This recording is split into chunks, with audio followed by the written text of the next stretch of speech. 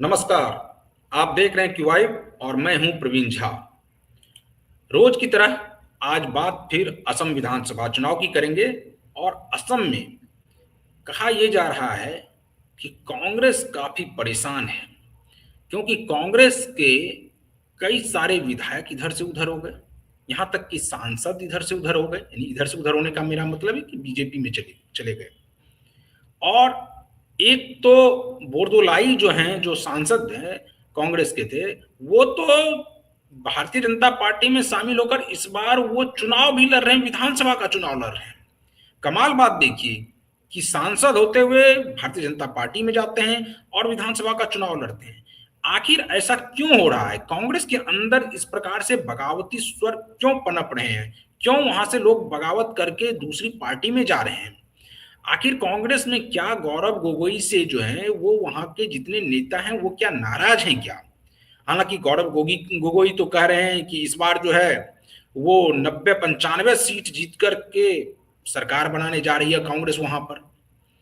इस सब पर हम लोग चर्चा करेंगे और खास करके बराक वैली, अपर असम, लोअर असम में क्या स्थिति है और वहां पर जो खास करके जातीय समीकरण क्या था, बराक वैली में और कौन कौन से मुद्दे ऐसे हैं और असम चुनाव में वो कौन कौन से मुद्दे हैं जिसको लेकर इस बार दोनों पार्टियां जाएंगी चुनावी मैदान में। इस सब पर चर्चा करेंगे और इस चर्चा में हमारे साथ हमारे राजनीतिक विश्लेषक संजीव प्रियदर्शी जुड़े हुए हैं। संजीव जी, हम आपसे जानना चाहेंगे कि जो खास करके असम में, असम विधानसभा में चुनाव में अगर देखें तो कांग्रेस की स्थिति जो है वो, उनके नेता तो कह रहे हैं कि बहुत सही है, बहुत ठीक है, यहां इस बार कांग्रेस जीत रही है। लेकिन जो खबरें आ रही हैं उसमें कुछ भी ठीक होता हुआ कांग्रेस के लिए दिखाई नहीं दे रहा है। आपका विश्लेषण क्या कहता है कि कांग्रेस की स्थिति वहां पर कितनी मजबूत है या कितनी कमजोर है? गौरव गोगोई जो कह रहे हैं उसमें कितनी सच्चाई है? देखिए, गौरव गोगोई जो भी कहें, कांग्रेस की स्थिति असम में ठीक नहीं। और इसलिए हम्म। ठीक नहीं है कि पहली बात तो लीडरशिप पर आते हैं। जो हम्म। लीडरशिप है, यानी जो जी। गौरव गोगोई के अलावा जितने बड़े लीडर थे, मतलब हम्म। सेकंड लाइन लीडरशिप, वो खुद कांग्रेस में अपने को कुंठित महसूस कर रहे हैं। चाहे वो भूपेंद्र बोरा हो, चाहे प्रद्युत बारदोलाई हो, या हम्म। करीम हुसैन थे उनके CLP leader, deputy CLP leader, वो भी परेशान थे गौरव गोगोई से। और उनको हम्म। ये लगता है कि पहले इनके पिताजी लंबे समय तक सीएम रहे, अब पूरी पार्टी अरुण गोगोई। इनके हाथों में सौंपी जा रही। तो ये एक वही मामला है। जैसे आप देखते हैं कि हरियाणा में भूपेंद्र हुड्डा और दीपेंद्र हुड्डा, इसके अलावा कोई नहीं। तो उसी तरह पूरी असम की जो पार्टी है कांग्रेस की, वो हम्म। गौरव गोगोई के हाथ में छोड़ दी गई। एक बात। दूसरी बात देखिए, जो अलायंस है, मान हम्म। लीजिए एआईयूडीएफ भी अलग होकर लड़ रही है, एआईयूडीएफ के साथ इन्होंने अलायंस नहीं किया है। और बिल्कुल। जिनके हम्म। साथ अलायंस किया है, उन अलायंस की पार्टियों में भी दम नहीं है।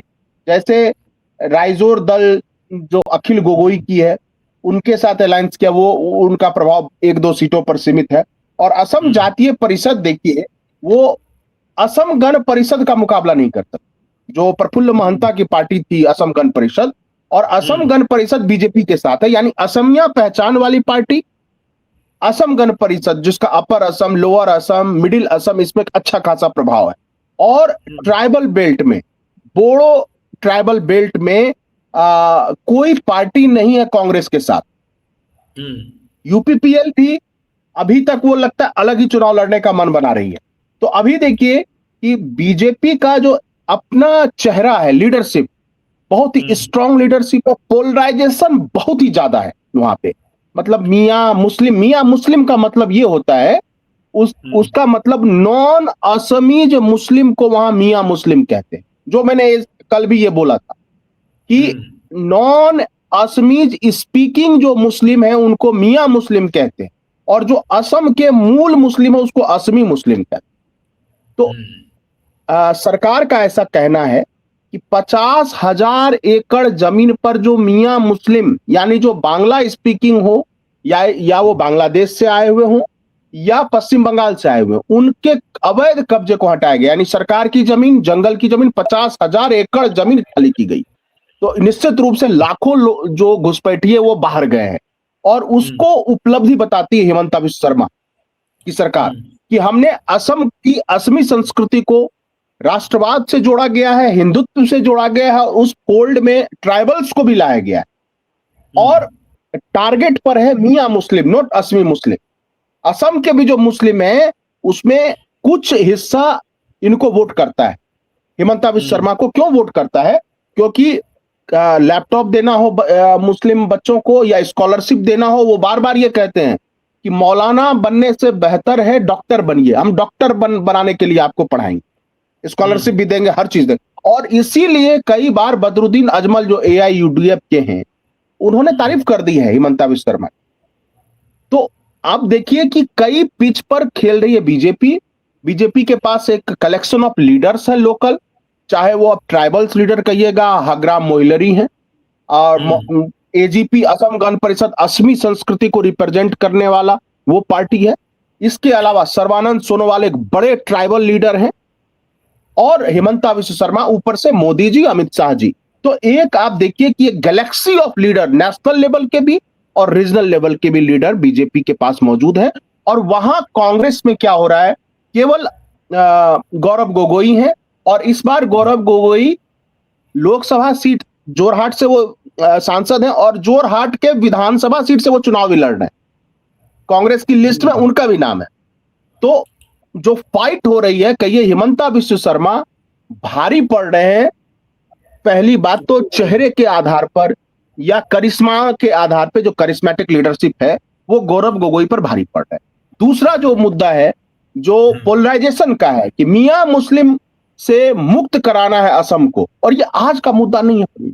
ये असम एकॉर्ड जो हुआ था राजीव जी के समय, उस समय से मुद्दा चल रहा है। और जो असम गण परिषद है, वो उसी समय वो पार्टी बनकर उभरी थी, जो छात्र परिषद बनी, फिर असम गण परिषद बनी, और इसका मुख्य उद्देश्य असमिया संस्कृति को बचाना, असम में असमी लोगों की बहुसंख्यक आबादी को बचा के रखना, डेमोग्राफी चेंज को रोकना। जी, तो ये सब ऐसी चीज। इसके अलावा जो योजनाएं हैं, सरकार की जो योजनाएं हैं, चाहे वो अरुणोदय योजना हो, जिसमें कि वो 9,000 रुपए महिलाओं को ट्रांसफर कर रहे हैं, या निझुन मोइन योजना जो बच्चियों को स्कॉलरशिप दे रहे हैं, जो चाय बागान श्रमिकों को जो योजनाएं दे रहे हैं, तो वो बहुत कुछ ऐसा है जो कि, और जो इंफ्रास्ट्रक्चर का डेवलपमेंट हुआ प्रवीण जी, वो अभूतपूर्व है। असम में इतना इंफ्रास्ट्रक्चर का डेवलपमेंट, या कहिए पूरे नॉर्थ ईस्ट में हर जगह रेलवे को पहुंचाना, या भूपेन हजारिका ब्रिज आप देखिए, जो एक सिंबल बन गया है असम के डेवलपमेंट का।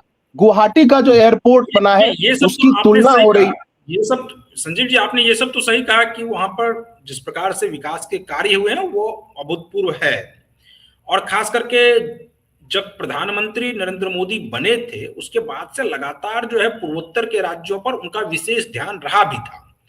लेकिन इस चुनाव की अगर हम बात करें, तो यहां पर जब आप देखिए कि पिछले महीने जब खास करके प्रियंका गांधी जी वहां गई, प्रियंका गांधी वाड्रा, तो वो कह रही थी कि वहां पर पीपुल्स चार्जशीट नाम से एक वो दस्तावेज जारी की, और उसमें उन्होंने कहा कि यहां पर जो है भ्रष्टाचार जो है वो एक प्रकार से संस्थागत रूप से भ्रष्टाचार यहां पर फैला हुआ है, और इस बार अगर कांग्रेस की सरकार बनती है तो सबसे पहले भ्रष्टाचार मुक्त असम बनाएंगे। और गौरव गोगोई भी लगभग उसी दिशा में आगे बढ़ते हुए दिख रहे हैं। क्या आपको लगता है कि ये सब मुद्दा जो है इस बार असम की जनता में क्लिक करेगा, और तीसरी बार जो भारतीय जनता पार्टी दावा कर रही है कि उनकी सरकार बनेगी, उसको रोकने में कांग्रेस पार्टी कामयाब होगी?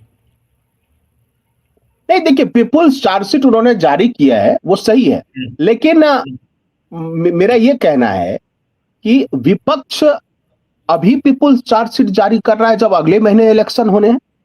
क्या इससे पहले लोकसभा चुनाव और विधानसभा चुनाव के बीच 1 साल का लगभग अंतर था? तो आप क्या कर रहे हैं? 1 साल से ज्यादा का अंतर। तो उस समय अगर ये चार्जशीट जारी होता, उस पर मूवमेंट खड़ा किया जाता ब्लॉक लेवल पे, डिस्ट्रिक्ट हेडक्वार्टर पे, तब तो वो बात मासेस तक पहुंचती, जनता तक पहुंचती। वो चीज नहीं हो पाया। दूसरी बात देखिए, जब गौरव गोगोई ये जब सब जारी हुआ है, तो आप देखेंगे कि हिमंता बिस्व शर्मा ने एक नया वो मुद्दा उठा दिया। उन्होंने ये कहा कि गौरव गोगोई पाकिस्तान गए, उनकी पत्नी पाकिस्तान गई, और उन पर जो एक आरोप लगाया, जो भी आरोप लगाया, तो इनका यह कहना है कि हमने जांच भी करवाई है स्पेशल इन्वेस्टिगेशन टीम से, और वो बहुत बिलो द बेल्ट जाके हिमंता ये कह रहे हैं कि ये पाकिस्तानी एजेंट है।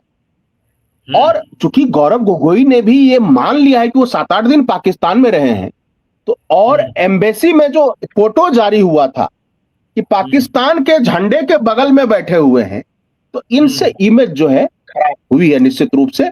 और बाकी जो जांच है वो दोनों तरफ, राज्य और केंद्र में एक ही पार्टी की सरकार है, तो अगर ये आरोप है तो इसकी जांच करवाए सरकार। लेकिन गौरव गोगोई का ये मानना कि वो 7-8 दिन तक पत्नी सहित पाकिस्तान में रहे थे, इससे ये स्पष्ट हुआ कि कहीं ना कहीं एक आधार तो बन गया हिमंता को आरोप लगाने का, क्योंकि गौरव गोगोई ने खुद मान लिया कि वो पाकिस्तान पत्नी के सहित गए थे। खुद वो जाते तब तक तो ठीक था, लेकिन पत्नी का जाना जो है, मुझे लगता है कि वो गैर जरूरी, मुझे उचित नहीं लगता है कि पत्नी को ले जाने की क्या जरूरत है, और गए भी तो 7-8 दिन वहां रहने की क्या जरूरत है। तो ये जो है नैरेटिव, जब इन्होंने पीपल्स चार्जशीट जारी किया, तो इस पिच पर हिमंता बिस्व शर्मा हर जनसभा में बोल रहे हैं, हर रोड शो में बोल रहे हैं, और कई जगह गौरव गोगोई को वहां के लोगों का भी प्रोटेस्ट झेलना पड़ा। और देखिए कांग्रेस क्या बनाना चाहती थी, कांग्रेस बनाना चाह चुकी, अहोम से आते हैं, अहोम ओबीसी समाज है और बड़ी आबादी अहोम की, Ahom plus Muslim plus scheduled tribes का बनाना चाहती थी, खास करके टी लेबरर्स।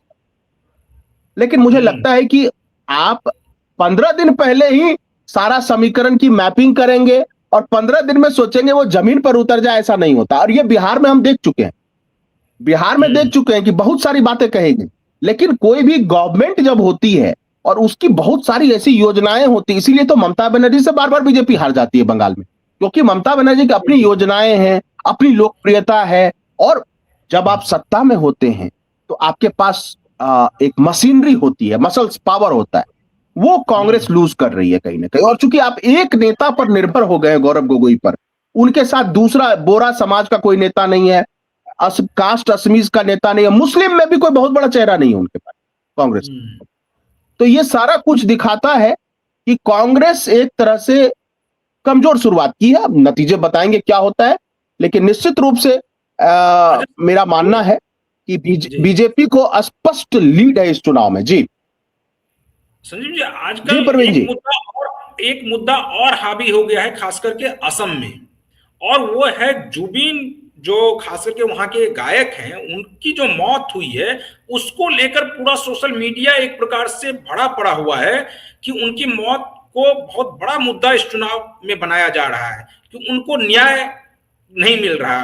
तो ये मुद्दा लग रहा है आपको इस प्रकार का बन गया है कि यहां पर भारतीय जनता पार्टी कुछ बैकफुट पर है? नहीं, देखिए उनकी देखिए, जुबिन गर्ग का मैं भी बहुत बड़ा प्रशंसक हूं, और बहुत बड़े लीजेंड, वो कहें तो नॉर्थ ईस्ट के बहुत बड़े सपूत थे वो। और जिस परिस्थिति में उनकी मृत्यु हुई, और चूंकि वो विदेश में उनकी मृत्यु हुई, सिंगापुर में, देश में तो नहीं हुई। हाँ ठीक, अभी भी आप जाइए तो बहुत सारे युवक जो है, या लड़कियां या लड़के, वो पोस्टर लेकर कि जुबिन को न्याय दो, ये आप देखेंगे वो जो जन आशीर्वाद यात्रा चल रही है हिमंता की, उसमें कई बच्चे प्ले कार्ड लेकर कि जुबिन को न्याय कब मिलेगा जैसे नारे लिख रहे हैं। लेकिन सवाल यह है कि जुबिन जी के साथ जो दुर्घटना हुई, जो हादसा हुआ, वो सिंगापुर में, वो विदेश में हुआ, और असम में हुआ नहीं, भारत में भी नहीं हुआ। और मुझे लगता है कि जिस समय यह मामला पिक पर था, उस समय कांग्रेस ने इसको नहीं कहा, विपक्ष ने उसमें कुछ नहीं कहा, क्योंकि किसी को उसमें एबनॉर्मल बातें नहीं लगी। प्रवीण, उसमें हिमंता को आप कैसे घेर सकते हैं? हिमंता वहां गए और हर समय वो परिवार के साथ खड़े रहे, तो वो जो मूवमेंट था, क्या उस मूवमेंट में जब हिमंता साथ थे उनकी पत्नी के साथ, गौरव सेकिया जी शायद उनकी धर्मपत्नी है, और उनके परिवार के साथ, वो हेमंता ही खड़े थे उस समय गौरव गोगोई बाद में गए होंगे। और जिस तरह से उनकी जो अंतिम यात्रा निकाली गई, जो सब इंतजाम था, तो ऐसा आम लोगों में मोर और लेस ऐसा नहीं लग रहा है कि सरकार की कोई गलती। अब न्याय निश्चित रूप से वो एसआईटी जांच कर रही है, वो सब कोर्ट में होगा मामला, ये तो तय। लेकिन जिस समय जुबिन जी का देहांत हुआ था संदिग्ध परिस्थितियों में, उस समय कांग्रेस के नेता कहां थे? ध्यान होगा कि यहां जब उनकी पार्थिव शरीर उनका जब उनका पार्थिव शरीर दिल्ली आया था, तो बीजेपी के तमाम बड़े नेता वहां गए एयरपोर्ट से, और फिर वहां से जहाज से गुवाहाटी ले जाया गया, और वहां भी उनको एक राजकीय सम्मान से उनका जो भी उनकी इच्छा थी, अंतिम संस्कार किया गया। और उनकी पत्नी और परिवार के साथ हेमंता बिल्कुल कंधे से कंधे लगा के खड़े थे, और हेमंता की पत्नी, हेमंता के बच्चे सब वहां खड़े थे। उस समय कांग्रेस के नेता कहां थे? चलिए, अगर उनको मुद्दा बनाना था जी, एक सवाल ये बन रहा है कि जो खास करके जो कांग्रेस के लिए जो एक और कांग्रेस हालांकि मजबूत स्थिति में वहां पर हो सकती थी, लेकिन कांग्रेस ने एक तो जो इस बार अलायंस किया वो उस प्रकार से फेवरेबल अलायंस नहीं है जिस प्रकार से वोट बैंक है वहां पर। दूसरा ये कि जो हेमंत सोरेन है वो भी इस बार वहां पर चुनाव अलग लड़ रहे हैं।